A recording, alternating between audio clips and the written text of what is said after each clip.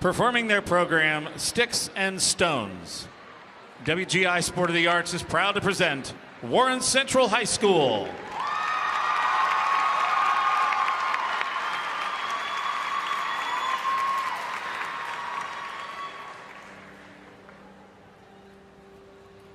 I'm not the only kid who grew up this way.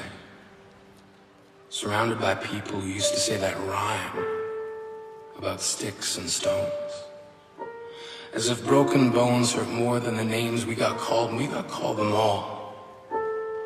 So we grew up believing no one would ever fall in love with us. That we'd be lonely forever. That we'd never meet someone to make us feel like the sun was something they built for us in their tool shed. So broken heartstrings bled the blues as we tried to empty ourselves so we would feel nothing. Don't tell me that hurts less than a broken bone. That an ingrown life is something surgeons can cut away, but there's no way for it to metastasize. It does. She was 8 years old. Our first day of grade 3 when she got called ugly. We both got moved to the back of class so we would stop getting bombarded by spitballs.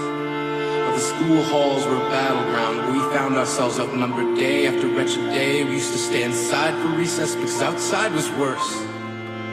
Outside we'd have to rehearse running away or learn to stay still like statues, giving no clues if we were there in grade 5. They kept a sign at the front of her desk that read, "Beware of dog." To this day, despite a loving husband, she doesn't think she's beautiful. Because of a birthmark that takes up a little less than half her face. Kids used to say she looks like a wrong answer that someone tried to erase but couldn't quite get the job done. And they'll never understand that she's raising 2 kids whose definition of beauty begins with the word mom. Because they see her heart before they see her skin. Because she's only ever always been amazing. He was a broken branch grafted onto a different family tree. Adopted. Not because his parents opted for a different destiny. He was 3 when he became a mixed drink of 1 part left alone and 2 parts tragedy. Started therapy in 8th grade. Had a personality made up of tests and pills.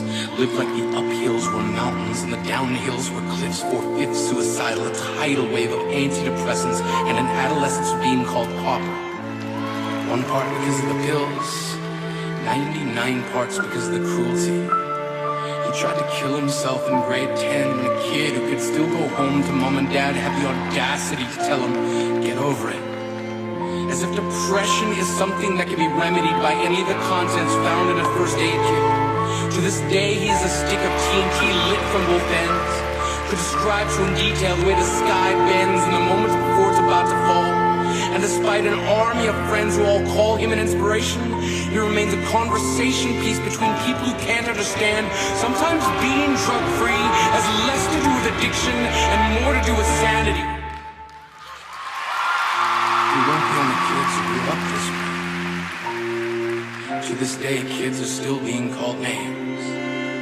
The class looks way stupid. They spaz. Seems like every school has an arsenal of names getting updated every year. And if a kid breaks in a school and no one around chooses to hear, do they make a sound? Or they're just background noise from a soundtrack stuck on repeat when people say things like kids can be cruel. Every school was a big top service tent. And the pecking order went from acrobats to lion tamers, from clowns to carnies. All of these miles ahead of who we were freaks. Lobster claw boys and bearded ladies. Oddities juggling depression and loneliness, playing solitaire, spinning the bottle, trying to kiss the wounded parts of ourselves and heal. But at night, while the others slept, we kept walking the tightrope. It was practice, and yes, some of us fell. But I want to tell them that all of this is just debris. Left over when we finally decide to smash all the things we thought we used to be. And if you can't see anything beautiful about yourself, get a better mirror. Look a little closer. Stare a little longer. Because there's something inside you that made you keep trying despite everyone who told you to quit. You built a cast around your broken heart inside of yourself, decided, then what? Because maybe you didn't belong to a group or a clique. Maybe they decided to pick you last for basketball or everything. Maybe you used to bring bruises and broken teeth to show and tell but never told. Because how can you hold your ground if everyone around you wants to bury you beneath it? You have to believe that they were wrong. They have to be wrong. Why else would we still be here? We grew up learning to cheer on the underdog because we see ourselves in them. We stem from a root planted in the belief that we are not what we were called. We are not abandoned cars stalled out and sitting empty on some highway. And if in some way we are, don't worry. We only got out to walk and get gas. We are graduating members from the class of we made it. Not the faded echoes of voices crying out names will never hurt me. Of course, they did.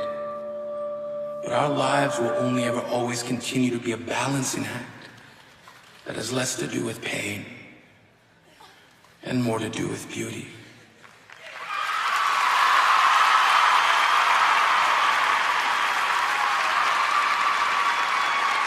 Warren Central High School from Indianapolis, Indiana, under the direction of Jeff Robleski.